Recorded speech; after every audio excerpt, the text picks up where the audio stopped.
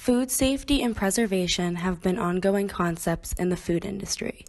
Different bacterial pathogens on food have caused different outbreaks throughout the years. One bacteria that is responsible for many outbreaks and is of particular interest is Salmonella.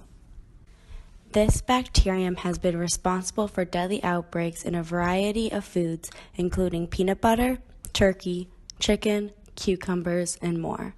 So how is Salmonella able to contaminate all of these different foods?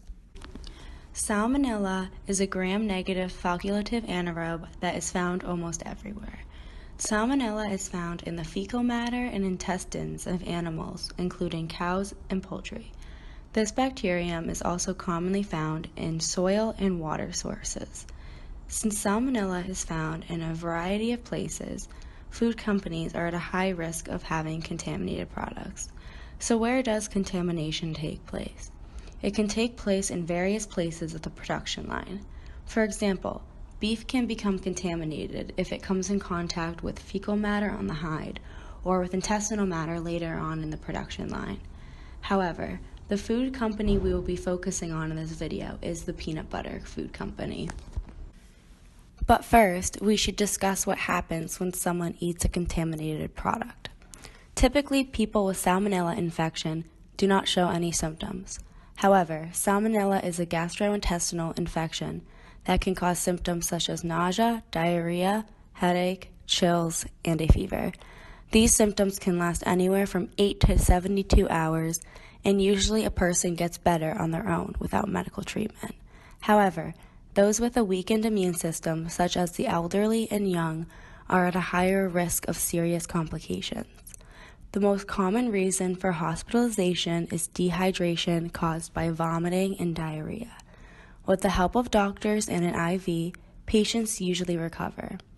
But in some instances, Salmonella has resulted in death.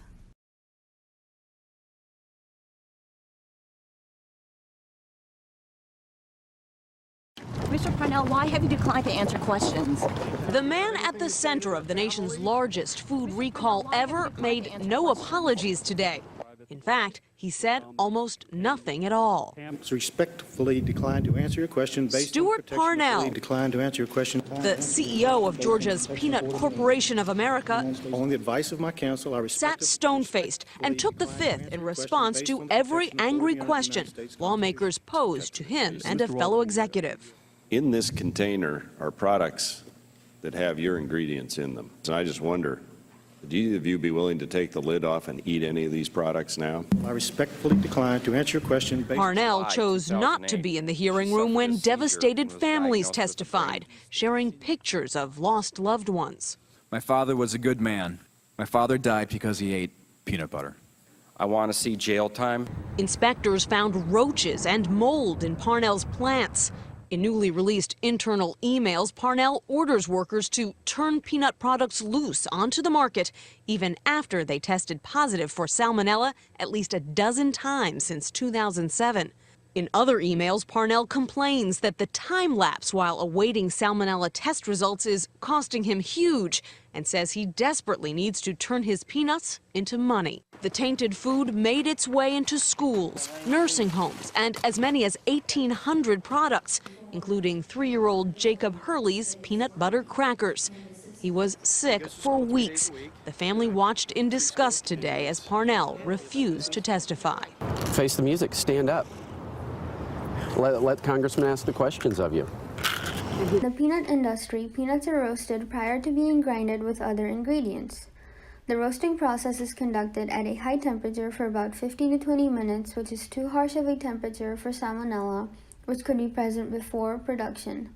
This is the only step that is performed to prevent or eliminate Salmonella contamination, which normally should not be an issue unless contamination occurs at a later step in the production line.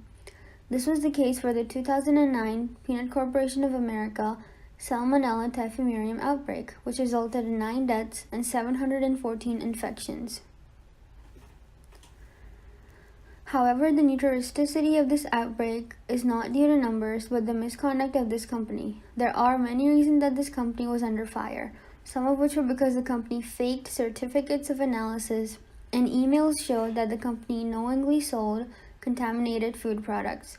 Certificates of analysis are used to confirm that a product was tested for contamination and passed this inspection. However, in the case of Peanut Corporation of America, the CEO, Stuart Parnell, set forth instructions to test a contaminated product multiple times until a clean test result was passed.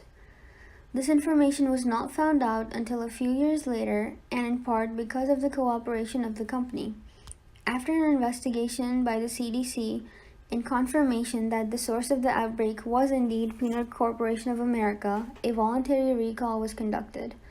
However, the irresponsibility of the company was found, and Stuart Parnell and his food broker and brother Michael Parnell were put on trial. Stuart Parnell received a 28-year sentence and his brother a 20-year sentence. Before this outbreak, no members of a company were put on trial and convicted of a felony for contaminated food products. This trial was important because it showed the importance of food safety and also the responsibility of companies to sell safe products. There is a trust established between a food manufacturer and customer that they have and are selling a safe product. Although bacteria and pathogens cannot be eliminated, there are safety precautions and duties of a manufacturer to avoid outbreaks and preserve consumer safety.